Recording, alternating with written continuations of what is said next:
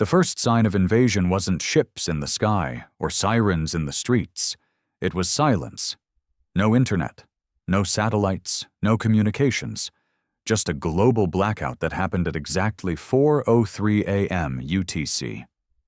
1 minute the world was online, doom scrolling, streaming, swiping, and the next, everything stopped.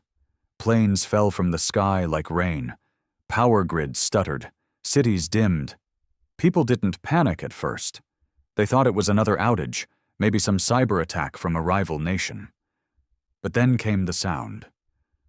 A low hum, like a swarm of 1,000 machines grinding in sync, echoed across every major city. And then, above the clouds, they appeared. The ships were vast, floating monoliths shaped like blades, slicing through Earth's sky like they owned it, not flashy or dramatic, just cold, black steel hovering with purpose. They didn't fire, didn't speak, just watched. 2 days later, the first message came, not on any human frequency, but projected into every human mind at once, like someone reached in and forced the thought onto your brain. You are conquered.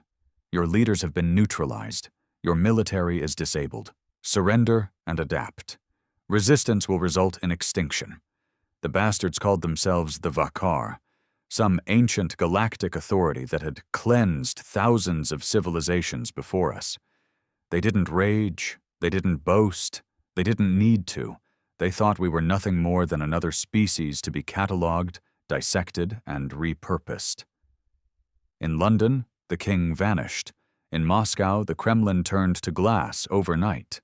In Washington, D.C., Air Force One was found in the Atlantic, ripped in half. They hit hard. Surgical, fast, no warning, no mercy. They didn't bother sending ground troops, just drones. Machines with no emotion. They calculated humanity would fall within 3 days. Maximum. But they didn't understand one thing. Humans don't do surrender. Drew Riker had been awake for 72 hours straight when his unit first saw one of the drones up close. He was a former Marine. But the war hadn't started with soldiers. It started with nobodies, farmers, ex-cops, gang members, old vets and junkyard mechanics who picked up a rifle and decided, not here. Drew was holed up in an abandoned fuel depot somewhere outside Houston. What was left of his unit, 6 guys and a mutt named Boomer, were watching the skies, waiting for the drone's return. It had passed overhead the night before, scanning. He'd seen what those scans did. 1 second, a house stood intact. The next, the roof peeled off like paper, and the people inside dissolved into ash. His buddy Torres had said, "We're already dead." Just don't know it yet, Drew had looked him straight in the eye. "Not me. Not my family. Not this soil." The others thought he was crazy. Maybe he was. But he had something the Vakar didn't. Hate. Burning, relentless hate for what they did, for how they looked down at Earth like it was a broken toy. That night, when the drone came back, they were ready. It was sleek. 4 metallic wings, almost silent, hovering a foot off the ground. It moved with this eerie grace, like it was scanning ghosts, but Drew knew machines. He'd stripped tanks in Iraq. He'd rewired drones in Syria. He understood code like some men understood prayer. And what he'd built, with a little help from a stolen power cell and a car battery, wasn't pretty. But it worked. The EMP went off like a thunderclap. The drone screamed, actually screamed, as it spasmed in midair, crashed, and twitched on the dirt. Sparks flew. Boomer barked like hell. Drew walked up to it, shotgun in hand. "You wanted surrender?" he whispered. "Here's my response." He pulled the trigger. 3 times. Metal splattered, and something inside that drone, something organic, let out a dying wheeze. It wasn't just a machine. Within a week, Drew's team had taken down 4 more. Word spread fast. Resistance cells popped up in cities, forests, deserts. No leaders, no flags. just humans too damn stubborn to die quiet. But the Vakar noticed, and they started sending something new. Not drones, not machines, hybrids. And that's when things got personal. The corpse of the drone sat in a pit behind the depot, covered in a tarp that flapped in the late-night wind. Drew hadn't told the others what he found inside. Not in full detail. He couldn't bring himself to. It wasn't entirely machine. That much was obvious when he cracked open the casing and found veins threaded through the wiring, a pulsing green gland wired into its sensor core. Something was alive in there, or had been. A parasite, maybe. Or worse, part of something bigger. Torres stood nearby, puffing a cigarette, nervously eyeing the covered wreckage. "It screamed, man," he muttered. "Drones don't scream." Drew didn't answer. He was busy soldering together a field jammer with scraps they'd stripped from the depot's ancient generator. His hands moved with sharp precision, muscle memory built from years of mechanical training and battlefield improvisation. But his mind was still on what he saw. Not just the organic tissue, but the eye. For a moment, when it died, the drone had opened a hidden compartment, like a final fail-safe. Inside was a single red lens, round and pulsing like a heartbeat, and it blinked. Not mechanically, consciously. It looked at Drew before going dark. Whatever the Vakar were, they weren't just conquerors. They were watching, studying, learning. And now they knew his face. 2 days passed with no new drone activity, just that eerie hum in the sky that never fully left. Boomer barked at shadows. The men slept in shifts. Tension stretched over them like piano wire. That's when the radio crackled. "Anyone in the southeast quadrant? We have contact. Hostile engagement. Coordinates 79 Alpha. They're not drones. Repeat, not drones." Static swallowed the voice, but it was enough. Drew turned toward the others, jaw clenched. "We move." Now the depot was abandoned before the sun rose. They packed light, supplies, weapons, and the field jammer Drew had rigged. The road south was littered with scorched vehicles and collapsed overpasses.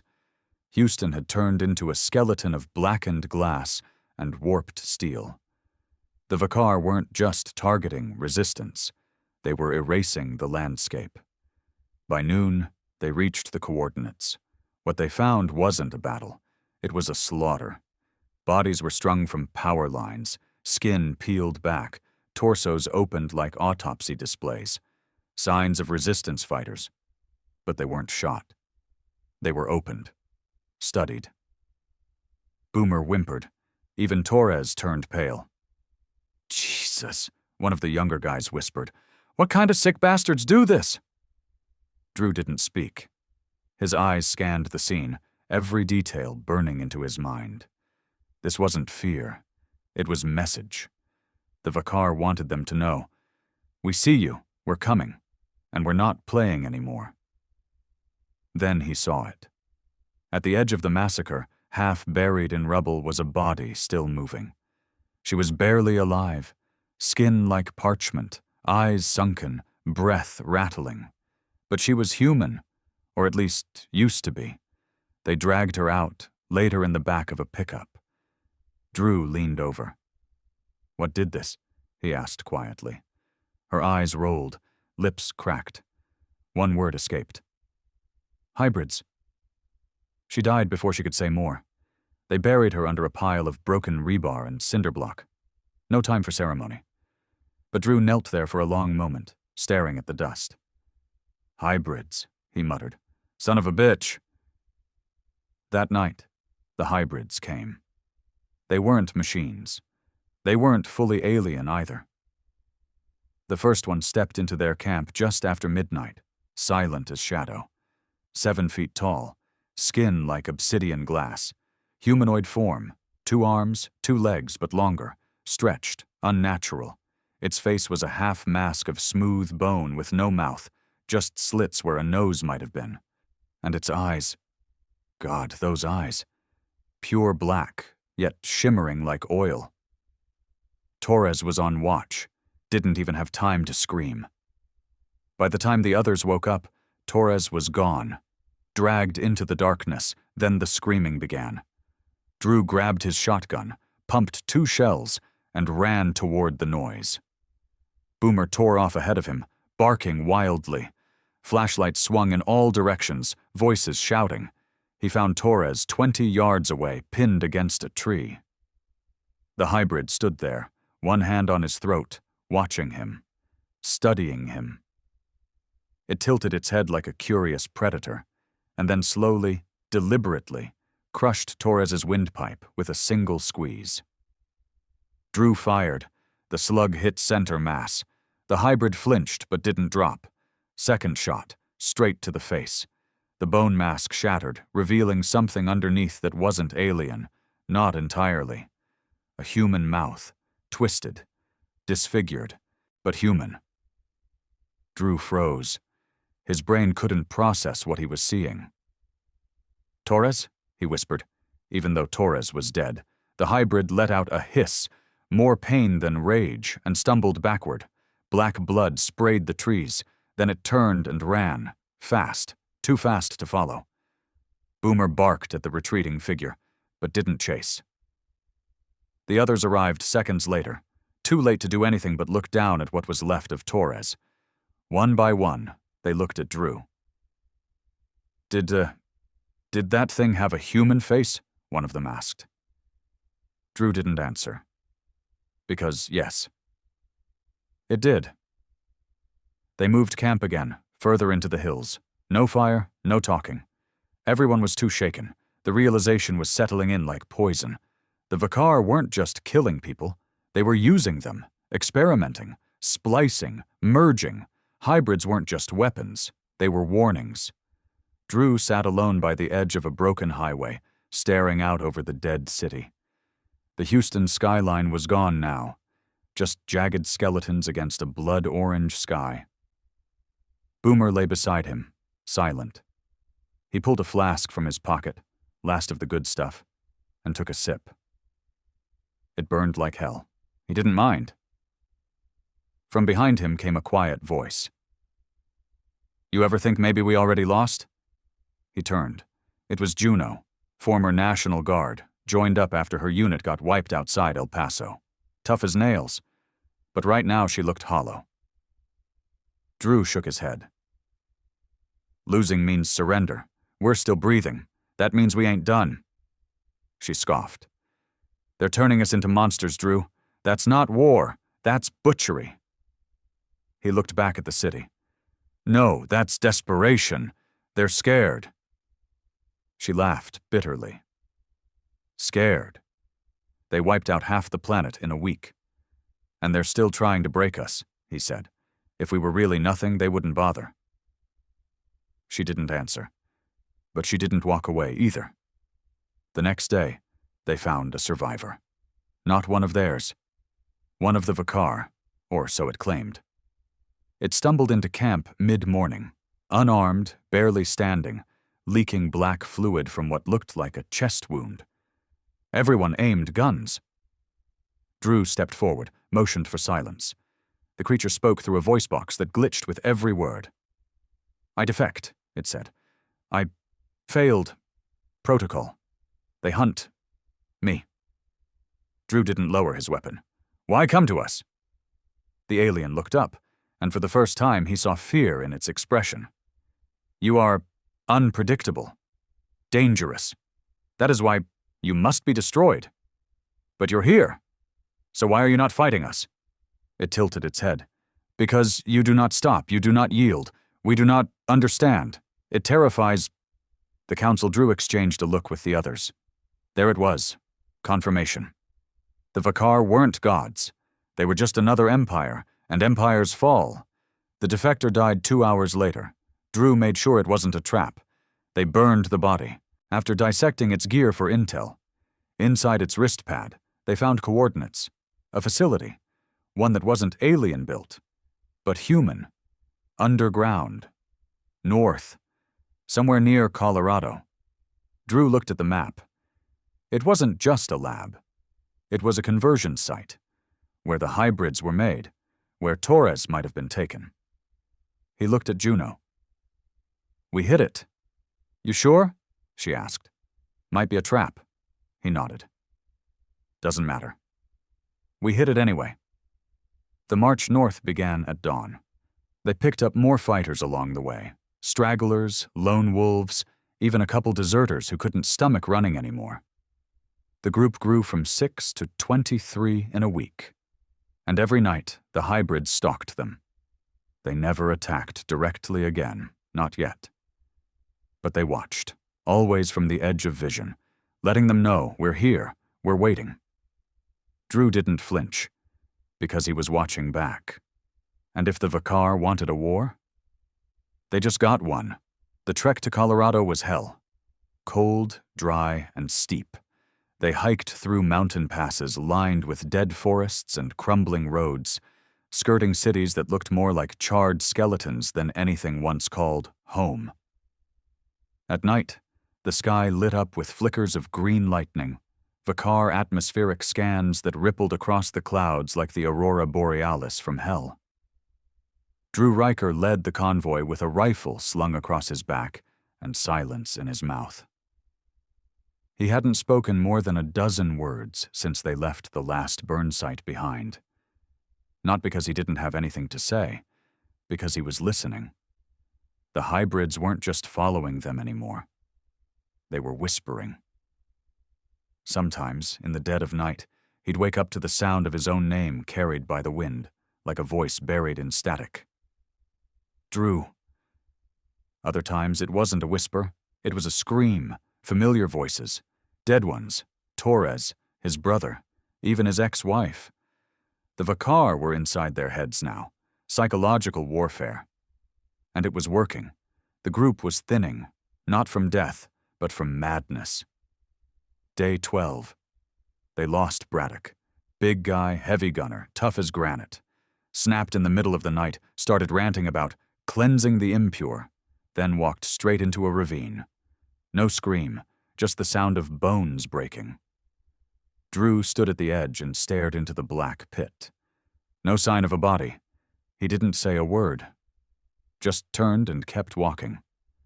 By the time they reached the edge of the Colorado facility, they were down to 16. The coordinates led them to a snow-drenched valley tucked between mountains. Nothing visible from above.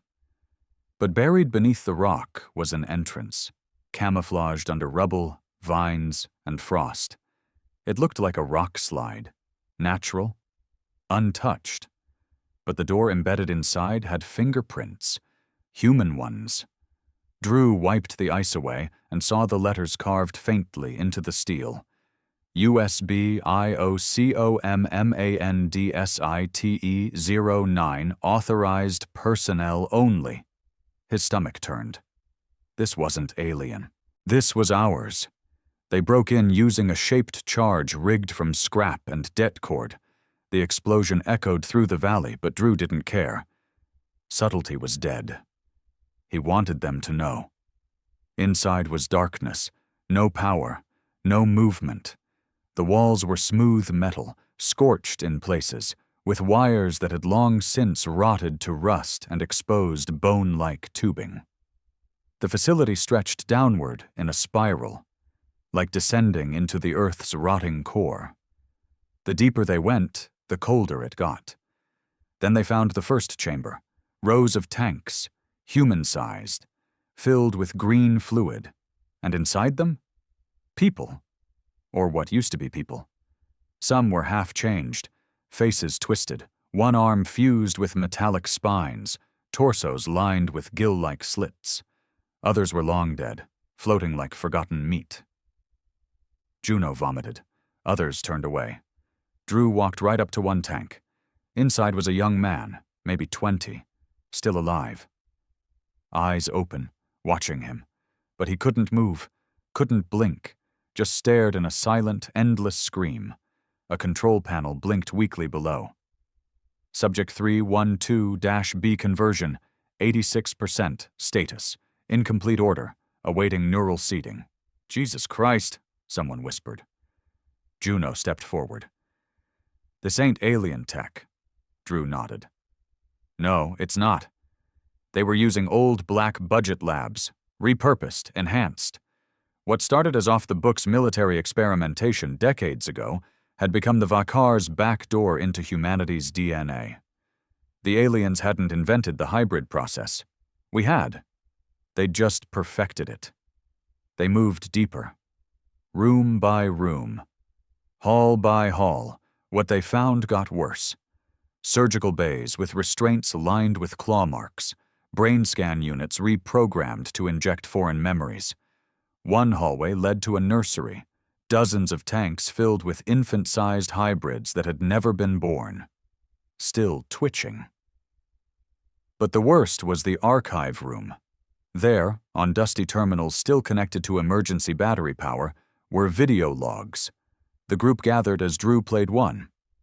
Video log 044, Dr. Howard Crane date, pre-invasion, 3 months before blackout. A gaunt man appeared on the screen. Military lab coat, pale eyes, speaking fast, desperate. We received the transmission 3 months ago, an offer, technology in exchange for samples. They promised evolution, said they'd guide us into the greater network. The Pentagon approved it. Not openly, of course, but the deals were made. Facilities like Site 09 were greenlit to collaborate. He looked over his shoulder like someone was coming. It wasn't an invasion. Not at first. We invited them. We thought we could control it, splice it, own it. God forgive us. We opened the door. He reached forward as if to shut the camera off. If anyone sees this, don't trust command. Don't trust DC. They gave us away before the first ship even landed. If you're watching this, run static. The screen went dark. Juno stepped back, rage in her voice. So, that's it. Our own people sold us out, gave them a foothold. Drew didn't speak. He stared at the screen, the weight of realization pressing on his shoulders. The Vakar weren't just invaders. They were partners. Partners to traitors in power who thought they could leash the storm. He turned to the group. No more hiding. No more running. We blow this place sky high, burn every tank, melt every lab, and then we go for their relay tower. Someone scoffed. You mean the one in orbit? Drew nodded. We find a way up. We take the fight to their sky. They rigged charges throughout the facility. Fuel cells, old warheads, jury-rigged detonators. Took them a full day. The moment they stepped out into the snow again, the hybrids were waiting. Not 1, not 10, hundreds. Crawling down the mountainsides, pouring out of the trees. Dozens of forms, some tall, some twisted, some barely recognizable as human. And at the center of them, one creature stood taller than the rest. Its skin was molten black, its eyes burned crimson, and its voice echoed inside Drew's head. You are infection. We are the cure. Drew raised his rifle. Then come get me, you freak. The sky exploded behind him as the facility detonated, fire bursting up like the earth had vomited flame. The hybrids shrieked, and the war began. Bullets tore through twisted limbs. Juno emptied a full belt into the flank while screaming curses. Boomer lunged at one hybrid's throat and didn't let go, even when it took him down with it. Grenades lit up the pass. Blood, black and red, painted the snow. Drew fought like a man possessed, like this was personal. Because it was. This was the price of betrayal, the cost of power traded for survival, and he was going to make them all pay. They didn't win that battle, but they survived. Barely. 7 made it out alive, crawling through ash and bone.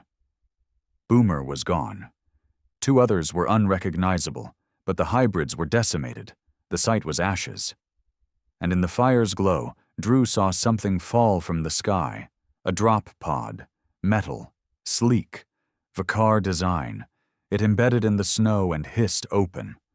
Inside, a suit, Not alien, human, tagged with the old U.S. Space Command insignia, scratched out, repainted with something else. The Resistance, and a voice crackled over a built-in comm. "Riker, if you're alive, suit up. We've got a shuttle, and we're going up. Time to show them what Earth tastes like when it bites back." Snow melted around the crater where the drop pod landed, steam hissing into the wind like a wounded animal. Drew Riker stood above it, blood caked on his jaw, one eye swollen shut, ribs probably cracked. His gloves were half burned, the rifle in his hand nearly out of ammo, and the only thought in his head was, "We're still not done." Inside the pod, the suit was unlike anything Drew had ever seen, and he'd seen top-tier prototype armor during his time in Black Ops. But this wasn't just military gear. It was revenge forged into a chassis. The armor was matte black with carbon flex plating across the shoulders and ribs, a spine rig that connected to neural input nodes, pulse-reactive boots, a sealed helmet with adaptive targeting software and HUD overlays in multiple languages. Human design, but based on stolen Vakar tech. Strapped to the inner wall of the pod was a datapad, blinking red. Destination: Orbital Relay Tower, VR1. Status: Locked pilot. Awaiting verification. Beneath it was a note burned into the casing. "You want to finish this? Get in. It's a one-way ticket." Juno limped up beside Drew, one arm in a makeshift sling. Her face was gaunt, bruised, covered in dried blood. "You sure about this?" she asked. Drew didn't answer right away. He stared into the black interior of the suit, saw his reflection in the visor. He looked like a ghost. "I'm not here to be sure," he muttered. "I'm here to end this." 2 hours later, the last remaining fighters of the Mountain Unit stood at the edge of the drop pod's launch radius. Juno stayed behind. Her leg was shredded, and she wouldn't survive the G-force. She knew it. Drew knew it. Nothing needed to be said. He walked up to her, held out a half-broken dog tag. "Torres would have wanted you to have it," he said quietly. She took it, fingers trembling. "You're gonna die up there," she said, not as a warning, but a fact. Drew smirked. "Then I'll take a few of them with me." Inside the pod, the harness locked him down like a coffin made of steel and memory.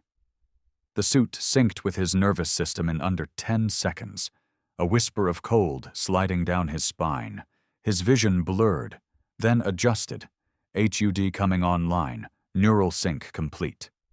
Command verified Drew Riker, Earth Unit 9, Resistance designation, Saber mission. Objective: terminate Vakar Relay Station, VR1. The countdown began. 10, 9, 8. He clenched his fists, the servos in the suit flexing like muscle. He could feel his heartbeat syncing with the power core. 3, 2, 1. The world vanished in a blast of sound and fury. The launch punched through the atmosphere like a sledgehammer made of fire. For a moment, the G-force crushed his lungs, vision dimming at the edges. But the suit kept him alive. Barely. As he broke free of the clouds, the stars opened up above him, and then he saw it. VR1. A monolithic structure in geostationary orbit, stretching like a tower of knives above Earth's curvature. Jagged. Gothic. Blacker than night. It spun slowly, connected to other orbital facilities through a network of cables and light bridges. At its center, a pulsing core, an energy relay that kept the Vakar's communication, cloning, and command systems linked. You kill VR1, you sever their spine. The pod hit the docking perimeter hard, embedding itself into the external scaffolding. Explosive bolts fired. The hatch blew off. Drew flew into the void. Mag boots activated, anchoring him to the hull. Silence surrounded him. No oxygen, no air, just the groan of metal under pressure and the pulsing signal of the relay vibrating through the structure beneath his feet. The suit blinked. Warning. Unknown life forms detected. He advanced. Inside, the station was alive. Walls pulsed like tissue. Lights weren't bulbs but bioluminescent sacs that reacted to his presence. The Vakar hadn't built a ship. They'd grown one. And it was watching him. Every step triggered a hum in the air, like the station was breathing. Shadows twitched in the distance. Sometimes he thought he heard voices. Torres again. His mother. The girl he left behind in Nebraska before his last deployment. They were using his memories, his regrets. He didn't care. He kept moving. The first contact came fast, a hybrid in 0G, launching from the ceiling like a spear. It didn't scream. It clicked as it moved. Fast. Twitchy. Drew sidestepped, grabbed its wrist mid-air, and used its own momentum to spin it into the wall. The suit's servo-powered arm snapped the creature's neck before it could even react. 3 more followed. He tore through them with the suit's forearm blades. Carbon edge, plasma-tipped. Their blood hissed in the vacuum. Then the floor split. He dropped. Straight into the core chamber. It was vast, the size of a football field. At the center, floating in an anti-grav cocoon, was the relay itself. Black crystal surrounded by energy tendrils, pulsing like a heart. Below it, suspended in liquid stasis, was something he hadn't expected. A man. Or what used to be one. Stripped, wired, injected, hollow-eyed. His brain was exposed, tubes running through it. His body had been stretched and modified, spliced with Vakar tech. He was the key. The human neural conduit that let the Vakar understand Earth. Our minds, our fears, our strengths. The reason their strategies had evolved. Why their hybrids had started talking. Thinking like us. Drew floated forward, boots magnetized to the surface of a scaffolding rail. He stared at the man in the tank. The eyes opened, and the mouth moved. Drew Riker, born in Killeen, Texas, enlisted at 17, dishonorably discharged, tried to kill yourself in 34. The voice wasn't human. It was the station speaking through him. You are flawed. Broken. Predictable Drew tilted his head. You're still losing. You prolong the inevitable. Drew drew the detonator. Yeah, he said. Let's speed it up then. From the side walls, they came. Dozens, hybrids, more advanced than anything he'd seen. Slender, armored, armed with energy blades and bone rifles. Some still had human faces, twisted and blank. Drew activated the suit's overdrive. Time slowed. He moved like lightning, shot one through the throat, spun, gutted another, used one's own blade to stab a third. The chamber became a slaughterhouse. But they kept coming. One tackled him, ripping part of the chest plate off. Another slashed his leg. Blood filled the inside of his helmet. He screamed and drove his blade through its skull. They were wearing him down, one by one, until he was on his knees, panting, bleeding, vision flickering. The neural conduit above floated closer. You can't stop evolution, it whispered. Drew lifted his head, grinned. No, but I can blow it the hell up. He slammed the detonator. The charge didn't just detonate, it infected the system. A virus, coded by resistance hackers who died months ago, spread through the relay's circuits like wildfire. Firewalls collapsed, systems overloaded. The core turned from blue to red. The Vakar's communication link fractured. Planet-wide. Every hybrid on Earth froze. Drew used the last of his strength to crawl to the relay core, jam the second charge in place, and mutter, for Torres, for Boomer, for Earth, and then the world turned white. He didn't die. Not completely. Debris scattered in orbit. The station ruptured, broke in half, and fell toward Earth in a shower of flame. And somewhere, floating in a field of metal and blood, a rescue shuttle from the Resistance intercepted a faint beacon. Inside was a man. Burned. Broken. Still breathing. On Earth, everything changed. The hybrids collapsed. Without the relay, the Vakar lost control. Their forces went dark, disorganized, vulnerable.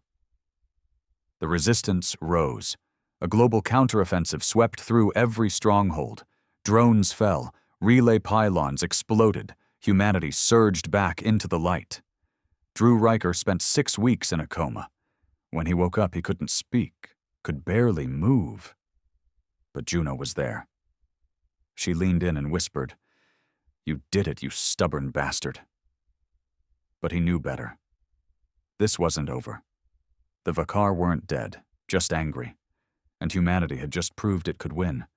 That made Earth the most dangerous species in the galaxy. 6 months later, the skies over Earth had gone quiet. Not peaceful. Just waiting. The orbital fires from the VR-1 relay crash still burned in the thermosphere. Every few nights, you could see fragments of the Vakar relay fall through the clouds like flaming bones from a dead god. But Earth wasn't celebrating. Not anymore. Because the Vakar had started responding. Not with troops, not with ships. With silence.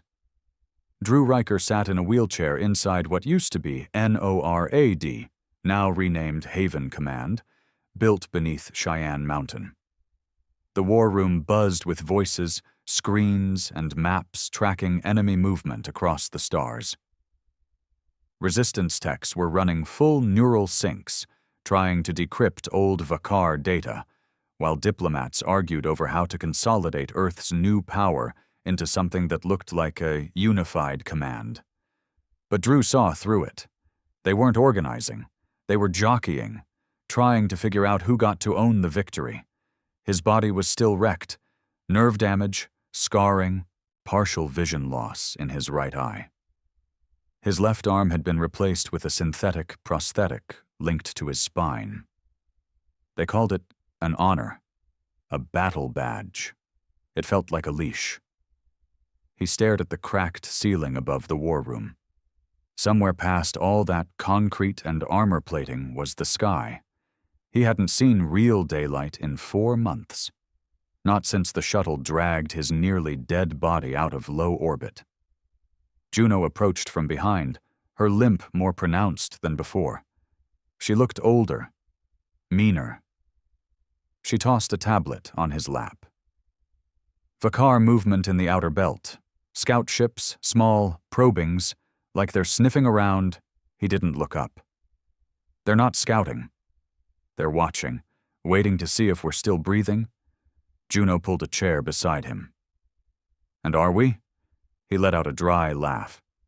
You tell me. I'm a half-crippled corpse with a target on his back, and a medal I didn't ask for. She nodded slowly. They want you to lead the First Fleet. That got his attention. He looked at her now. Really looked. Juno nodded toward the screen showing Earth's upper orbit. There's a carrier in construction. Name's Reckoner. Half-human, half-reverse-engineered Vakar architecture. It's ugly, but it works. They want you in the chair. Front line. Public face. Drew shook his head. They want a mascot. Not a commander. She leaned closer. We need someone who knows what it cost. Someone who bled for it. These politicians, these fake brass, they're already rewriting the story. Drew's jaw tightened. What do you mean? Juno tossed another file in front of him. Classified. Project. Cedarfall Operation. Status. Greenlit. Objective. Earth-Protected Alliance with Remnant Vakar Diplomatic Wing. He read it. Slowly. Then again. Then he crushed the tablet with his synthetic hand. They're trying to ally with them? Juno didn't blink. The ones who claim they defected. Say they never wanted war. That the Council went rogue. Bullshit. They were killing us. Turning us into weapons. Juno nodded. But they're offering tech. Faster-than-light jump gates. Full terraforming systems. Planetary shields. Everything we don't have. Drew stared at the map of Earth. Rebuilt, but fragile. It hit him then. This wasn't about war anymore. It was about control. The Vakar knew how to conquer without weapons, offer salvation, trade in desperation. Let the weak ask for the leash instead of forcing it on them, and Earth's leaders were already lining up. That night, Drew couldn't sleep. Not that he slept much anyway. Instead, he sat in the dark halls of Haven Command, reading intercepted transmissions from the outer colonies, scattered human settlements in the asteroid belts that were trying to stay alive after the blackout. One message caught his eye. From unknown subject. You're not alone, Commander. Message. The Vakar didn't just target Earth. They hit colonies on Kepler 22b, Tau Ceti, Gliese. Some survived, some fought back, and they're looking to you. Word spread. They call you the Earth Saber, the man who cracked the relay. They're asking one thing. Is Earth ready to lead? Juno found him the next morning already in uniform. The old armor was gone. What he wore now was leaner, darker, modified for zero-G operations and long-haul combat. It looked more like something a ghost would wear than a general. You're going up, she said. He didn't answer, just nodded toward the shuttle hangar where the Reckoner's suborbital jump craft was waiting. I'll need a crew, he muttered. Real soldiers. Not suits. I've got names. Good ones, survivors. Some from your old unit. He turned to her. Juno. If I do this, if I step into that seat, I'm not playing games. I'm not negotiating. I'm not making peace. She nodded. That's why I came to you first. A week later, the Reckoner launched. Its black frame reflected no light. Spikes of defensive architecture jutted from every angle. Solar sails curled like wings tucked tight, and at its heart was a Vakar energy core stolen from a crashed cruiser. It was humanity's first interstellar flagship. Its orders? Travel to the Draconis line, the outer edge of Vakar territory, where rumors said a rebellion had begun among other conquered species. Its true mission? Send a message. Earth didn't survive. It learned how to hunt. Drew stood on the command deck, watching the stars blur through the viewport as the ship moved into deep space. The crew around him was tight-lipped, veterans mostly. No parades, no press. Just people who'd seen too much to ever go back to normal. They passed through the jump gate with a roar of dimensional energy. The stars twisted. Reality bent. And when they emerged, they were no longer near Earth. They were in Vakar space. Dead moons, orbital husks of planets long harvested, silent graveyards, and one beacon, weak, blinking, hidden inside a gas cloud. Juno's voice came through the comm. Picking up the signal. Looks like it's coming from a resistance pocket. Not human. Drew tapped the console. Set course. No weapons. Let's see if ghosts still talk. The signal led them to a hollowed-out asteroid. What they found inside changed everything. A species older than humans, thin-limbed, translucent skin, eyes like mirrors. The Saurian, thought to be extinct after the Vakar War 50 years ago. But they'd survived. Barely. And now they wanted to fight again. The leader, if you could call it that, spoke in low tones, translated through neural sync. You burned the relay. The signal is breaking. Others are listening. You have woken a war that never ended. Drew stepped forward. Then let's finish it. The Saurian nodded slowly. We will stand with Earth. But the Vakar Council, they are preparing something worse. Drew narrowed, his eyes. Worse than hybrids? They are remaking themselves. They are tired of conquest. They want perfection. A final form Juno looked up from her scans. Biodata confirms it. They're building something called the Cradle of Unbirth, a living weapon, planet-sized, fueled by the minds of conquered species. Drew's jaw clenched. This wasn't war. This was extinction perfected. They returned to the reckoner. No ceremony. Just purpose. Drew stood in front of the war table, his voice low but heavy with steel. We don't wait for Earth to get scared again. We don't let another relay happen. We hit them first. We go to the cradle. We burn it. A young crewman spoke up. But sir, it's on the edge of the black hole. Near the core, Drew looked at him. I said we burn it. No one argued. Space near the galactic core didn't look like the rest of the universe. It felt wrong, thick, heavy, like swimming in oil instead of drifting through vacuum. The stars were more distant, twisted. Time itself had a limp. Communication delays stretched to seconds. Neural link pings staggered. Even thought seemed slower.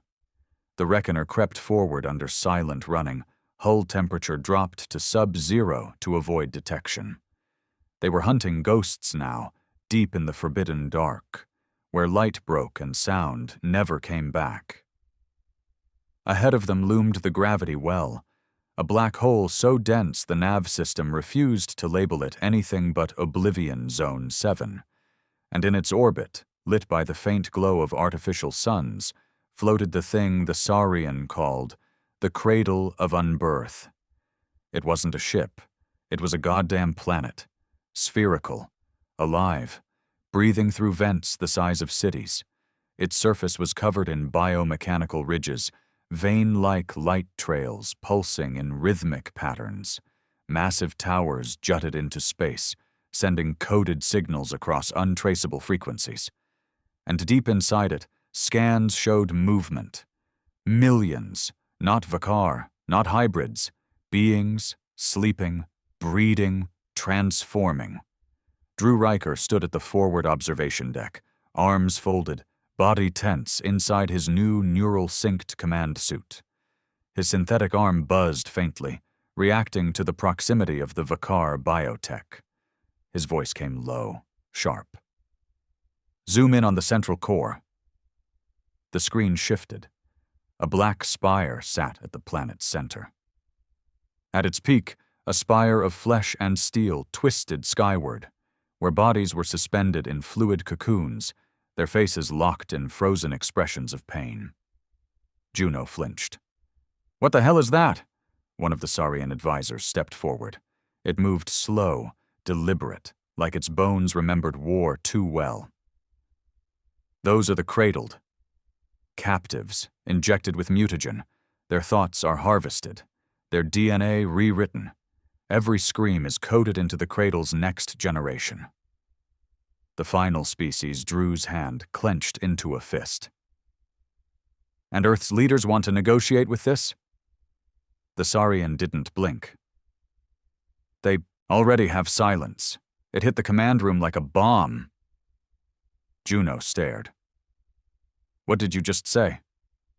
The Saurian turned toward her. Your government sent envoys. Secret. Months ago. While Earth burned, they came here. They saw the cradle and offered tribute. Drew's jaw clenched. He turned to the console, pulled up the classified data from Earth's council. Cross-referenced encryption tags, backdoor intercepts, codes he'd kept, just in case. There it was. Operation. Legacy offering approved. United Coalition Command, UCC. Objective, submission protocol in exchange for genetic integration. Juno whispered it out loud. They offered, our genome? The Saurian confirmed it. They offered the best of your kind. Children, soldiers, artists, engineers.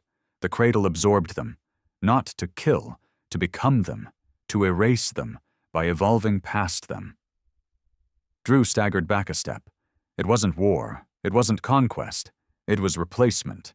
The Vakar had lost the relay war, lost the hybrid control, so now they'd found something cleaner, a way to make humanity obsolete. Back on Earth, the Council would call it progress. Here, on the edge of a black hole, it felt like genocide. Suit up, Drew growled. We're not sending a message. We're sending a funeral. The Reckoner went dark. Blackout mode, minimal power, zero emission drive. Every soldier on board moved like ghosts, armor sealed, weapons synced to Drew's neural net. The target, a thermal exhaust port hidden near the equator of the cradle's outer ridge. It wasn't a weak spot, just the only way in. The drop pods fired like silent bullets, aimed toward the surface. Drew's pod rattled as it pierced the cradle's living skin. A mix of metal and flesh shrieked as the clamps engaged and the door burst open. He stepped out into the guts of something that should never have existed. The corridors were organic. Walls pulsed. Lights flickered with veins of luminous ichor. Every few feet, something moved behind the walls. Shapes like fingers pressing against skin. They moved fast. No words. Just focus. Objective: reach the central tower. As they cut through the cradle's internal passageways, they passed chambers lined with bodies. Human, Vakar, Saurian. Others they couldn't identify. Each one wired into the walls, eyes peeled open, neural cables drilled into their skulls. One resistance fighter puked inside her helmet. Drew moved without pause. They reached the lift shaft and rigged the line. Grapples hissed, launching them upward toward the core. Silence all around, until a voice broke in. Familiar. Female. Cold. Drew. He froze mid-ascent. The others halted. You made it. The voice came from inside the cradle. Not broadcast, not external. It was the cradle speaking to him. Through her. Rebecca? Drew whispered. His wife. Dead in the first wave of the invasion. Her voice hadn't changed. You were always stubborn. Always broken. But we can fix. You. Let go. Be part of what's next. Juno swore. It's not real. Keep moving. But Drew stayed still. Eyes closed. It was her voice, her inflections, her tone. Down to the pause she used when she was mad at him. The way she said his name. You lost Earth. You lost me. And now, you're going to lose yourself. Drew opened his eyes and answered. No. I found something in the fire he climbed. The core was a throne room built for gods. The ceiling stretched for kilometers.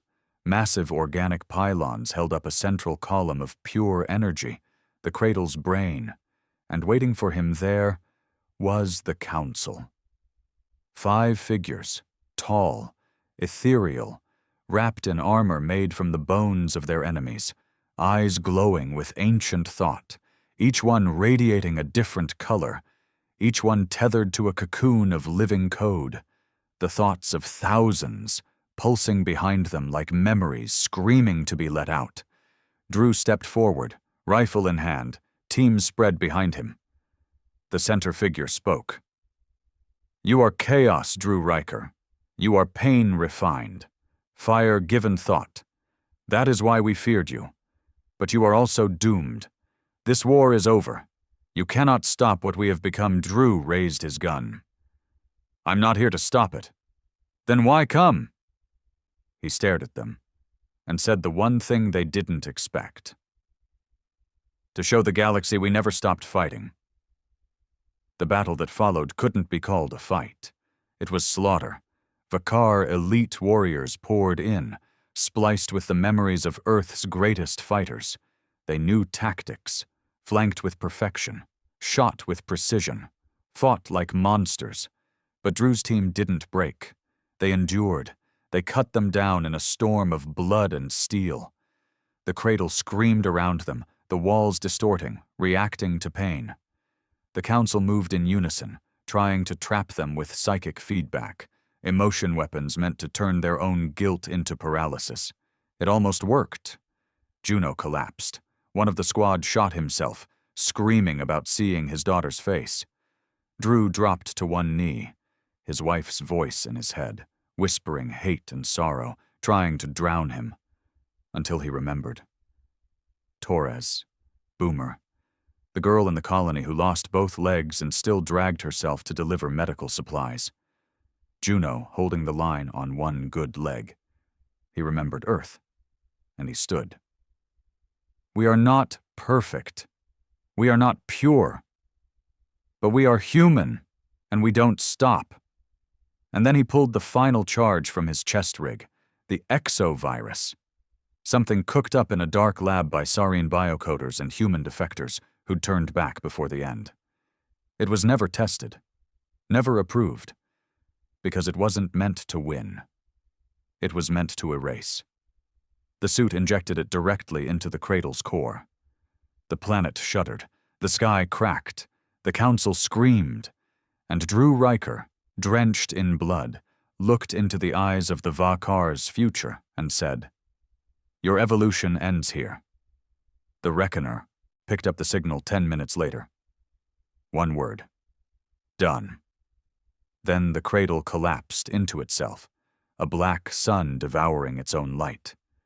And just before it vanished, a single escape pod shot from the blast. Inside, half dead, scarred beyond recognition but alive, was Drew Riker. 8 weeks later. Drew Riker stood on the tarmac of Earth's largest orbital docking station, Halvan Sky, watching through polarized glass as the cradle's ashes burned in the upper stratosphere. Even now, fragments still fell. Some pieces were the size of cities. Others were small enough to look like shooting stars. People down below called them wishes. They didn't know better. Drew did. He'd walked through those corridors. He'd heard the screams. He'd seen the faces frozen in tanks. Faces from Earth. There were no wishes in war. Only scars. A crowd gathered on the lower level, behind military cordons and ceremonial banners. Reporters, politicians, civilians with flags and roses. Digital banners flew across the screens. Earth's Savior returns. Hero of the Black Core. The Saber walks again. He hated it. They called him a hero, but Drew didn't feel human anymore. Not after what the cradle had taken from him. Not after what it had shown him. Juno met him at the hangar's edge. Her hair was shorter, her face even harder. A general's uniform hung heavy on her shoulders. They hugged without saying a word. She was the only one who didn't smile. Later, inside the debriefing hall, the air was stale with politics. A dozen Earth Coalition leaders sat at the conference table, each in finely pressed uniforms that had never seen combat. Their hands were soft, their eyes calculating. General Marius was first to speak. He was old government, back when Earth still believed in hidden treaties and quiet betrayals. The same man who approved the early diplomacy with the Vakar before the war ever began. We've reviewed the classified logs from the Reckoner. Confirmed the detonation. The cradle is gone. Well done, Commander Riker. Drew said nothing. Marius continued. We believe now is the time to negotiate Earth's position in the galaxy. New alliances, trade routes, peace.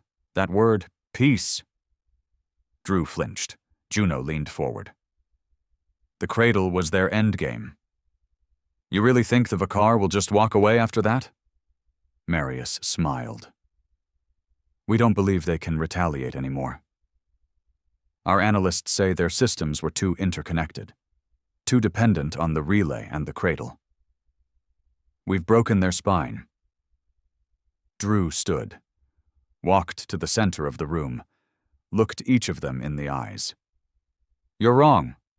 They shifted uncomfortably. The Vakar aren't dead. They're angry, humiliated, and somewhere out there they're adapting. That's what they do. He pointed to the screen, still playing footage of crowds cheering across Earth. You think this means we've won? It doesn't. It means they've changed the rules. After the meeting, Juno caught up with him in the hallway. You felt it too, didn't you? She said. Drew nodded. They're too quiet. Something's coming. He looked at her. I don't think they're going to invade again. She frowned. Then what? He clenched his jaw. They'll make us invite them. 1 week later, Drew was summoned to speak before the Unified Earth Assembly, a global council formed after the war, supposedly built to protect against the mistakes of the past.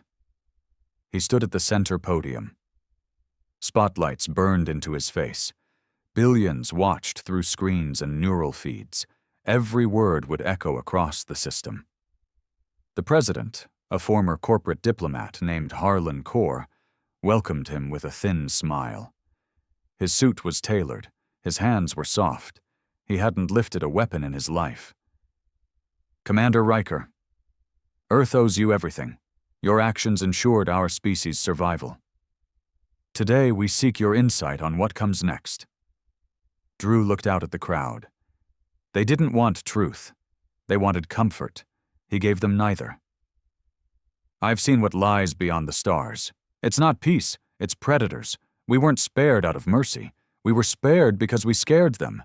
If we let our guard down now, if we start trusting the same voices that brought the Vakar to our doorstep the first time, we'll deserve what comes next." Silence. Tense. Core smiled gently. "So, you're recommending we stay isolated?" "No," Drew said. "I'm saying we stay dangerous." Later, Core met him in private. The conversation was civil, until it wasn't. "You're a relic, Riker," Core said. "This new galaxy we're stepping into? It doesn't need war heroes. It needs diplomats. Bridges, not blades." Drew stepped closer, his voice low, deadly. "Bridges are fine, but the other side better damn well know we can burn them down." But Core wasn't alone, and within days, it started. Phase 1.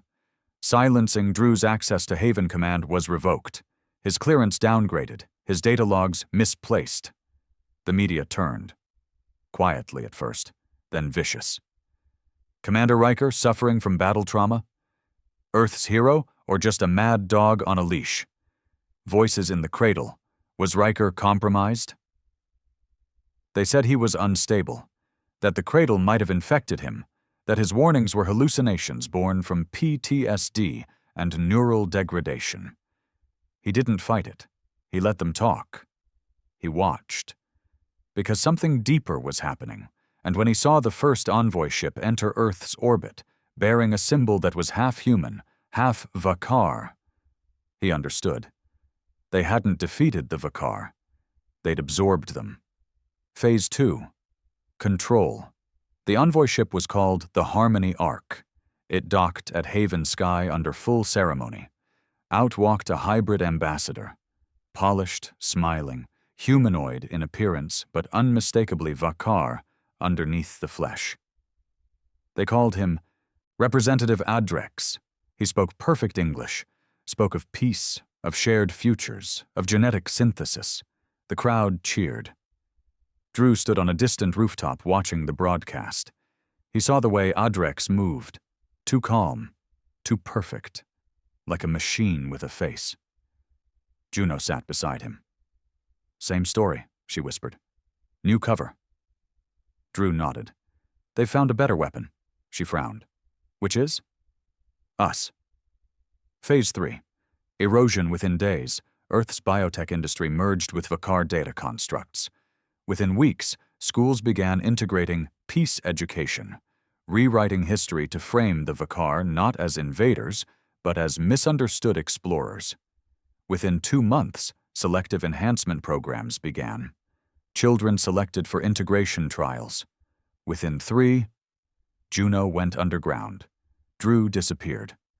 Publicly, he was declared dead after a shuttle malfunction. Privately, he was already moving, building something the suits didn't expect. In the slums of New Berlin, in the ruins of Moscow, in the ghost zones of Nevada, Drew found the forgotten. War veterans, displaced survivors, colony stragglers, Saurian holdouts, rogue synthetics, even a few ex-hybrids who'd severed the connection before it claimed them. They called themselves the Ember Line. Not a rebellion. Not yet. But something far more dangerous. A memory that refused to die. And in a buried facility beneath Old Denver, Drew activated something that had been dormant since before the war. Project Scorchpath. A ship. Built in secret by engineers who never trusted the peace. Powered by anti-Vakar frequency fields. Armed with dark matter artillery that bent space on impact. It had no name on any record. So Drew gave it one. The last word. He stood on the command deck, looking at the stars. "Let them come," he muttered. "Let them pretend we forgot." Juno stepped beside him, weapons module synced to the ship's AI. "What's the plan?" He looked at her. Scarred. Burned, but alive. "The plan is to remind them who we are." She nodded. "And who's that?" He turned to the crew gathering behind him, men and women who had nothing left to lose but everything worth dying for, and answered. "We're the species that said no. The planet that wouldn't kneel. The name they still whisper in the dark." He turned back to the stars. "We're Earth. And we're not done." The last word wasn't built for peace. It wasn't built for parades or polished medals. It wasn't blessed by presidents or broadcasted to the world. It was built in silence, with blood on the floor and resolve in every weld. Forged by the broken, the exiled, the forgotten. It was Earth's ghost, scarred, angry, and invisible. And now, it was awake. Drew Riker stood at the bow of the ship, wrapped in battle armor no government had approved, surrounded by men and women who had already been erased by the new system. They didn't carry flags. They didn't salute. But they were, all pointed in the same direction. Toward the lie that called itself peace. Juno approached with a fresh report. "The Harmony Ark is parked above Earth's orbital plane.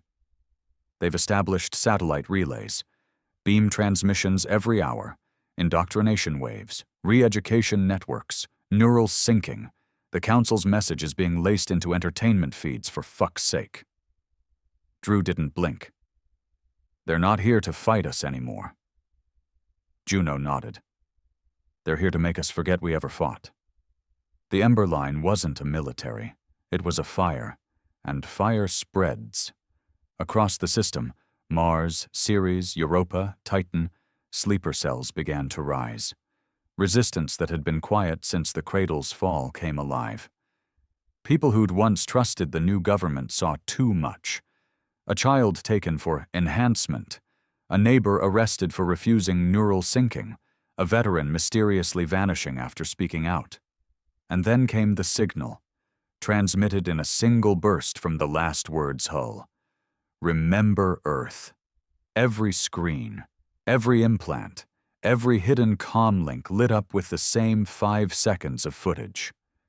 Drew Riker, helmet off, eyes burned but blazing, standing in the heart of the cradle just before it collapsed. They wanted us to surrender. We didn't. Now they want us to forget. We won't. Lighted up, the Ember line ignited. Phase 1, interception. The Harmony Ark didn't see the last word coming. That was the point. While Earth's defense grid was reprogrammed by Vakar integrated AI, Drew's ship flew blind. No beacons, no pings, no signature. It breached the orbital perimeter with a burst of dark matter thrusters and latched onto the Ark's hull like a parasite returning to its host. They cut into the hull with sonic drills. And then they entered. Inside, it was clean, sterile, lined with synthetic flora and soothing light panels. Music played gently, human music, composed by artists who had no idea their work had been twisted into indoctrination hymns. Drew's boots echoed on white steel, no guards, no weapons, just doors, doors that opened without prompt. "They want us to see," Juno said. "They want us to understand," Drew corrected. "Or they want us to lose our nerve." At the core of the ship, they found it, a chamber, massive, and inside, Suspended in a tank of soft blue fluid was Adrex, the Vakar ambassador. Except he wasn't just Vakar anymore. His body had adapted, smoothed, humanized. His face bore features taken directly from Earth's DNA profiles. Eyes like an old movie star, jawline like a general, voice trained in comforting cadence. He looked like the future. And he smiled when he saw Drew. "We predicted your arrival. Violence is your language, but we don't fear it anymore." Drew stepped forward. "Good. Then this will be easy." Adrex pressed a hand to the glass. "You think you've saved Earth. You've only stalled evolution. We don't need war to win. We just need time. A generation. Maybe 2. And no one will remember you." Behind Drew, the team was planting explosives. Quiet, efficient. Adrex continued. "Do you know how many humans have asked to become us? How many volunteered to be part of something greater? To leave behind pain, doubt, suffering?" Drew stared him down. "If you take away pain, you take away choice. If you erase struggle, you erase meaning." Adrex blinked, slowly. "And what has your meaning bought you? A broken body? A dying world? You are fire, Drew Riker. Beautiful. But brief." The last charge clicked into place. Drew smiled. "That's the thing about fire. It spreads." Phase 2. Detonation. The Harmony Arc shattered in orbit. Not just destroyed. Broadcast. The footage of its destruction, of the genetic labs inside, of the indoctrination programs, streamed across every satellite still under Ember line control. The truth didn't need permission. It just needed to be seen. Earth went quiet for 12 hours. Then it erupted. Phase 3. Collapse riots in New Shanghai, military walkouts in Toronto. Saurian rebel factions took over entire colonies. Mars declared independence. Ceres launched its own anti-hybrid weapon program. And from beneath the Pacific Ocean, a Vakar dreadnought, hidden since the final days of the war, emerged. This time they didn't come with words. They came with cleansing beams. Whole cities vanished in light. This wasn't conversion. It was retribution. Final phase. Reckoning. The last word led the counter-strike. Drew Riker, in full battle gear, neural linked to a warship born of rage, stood in front of a command crew of 200 fighters with nothing left to fear. The dreadnought was 3 times their size. Its core pulsed with stolen energy. Its cannons burned with the screams of fallen worlds. And Drew didn't flinch. "Fire control," he said calmly. "Lock onto the core." "Sir," the officer said, "we're too close. Firing that shot will—" Drew looked at her. She stopped talking. "Do it anyway." The final shot from the last word wasn't recorded.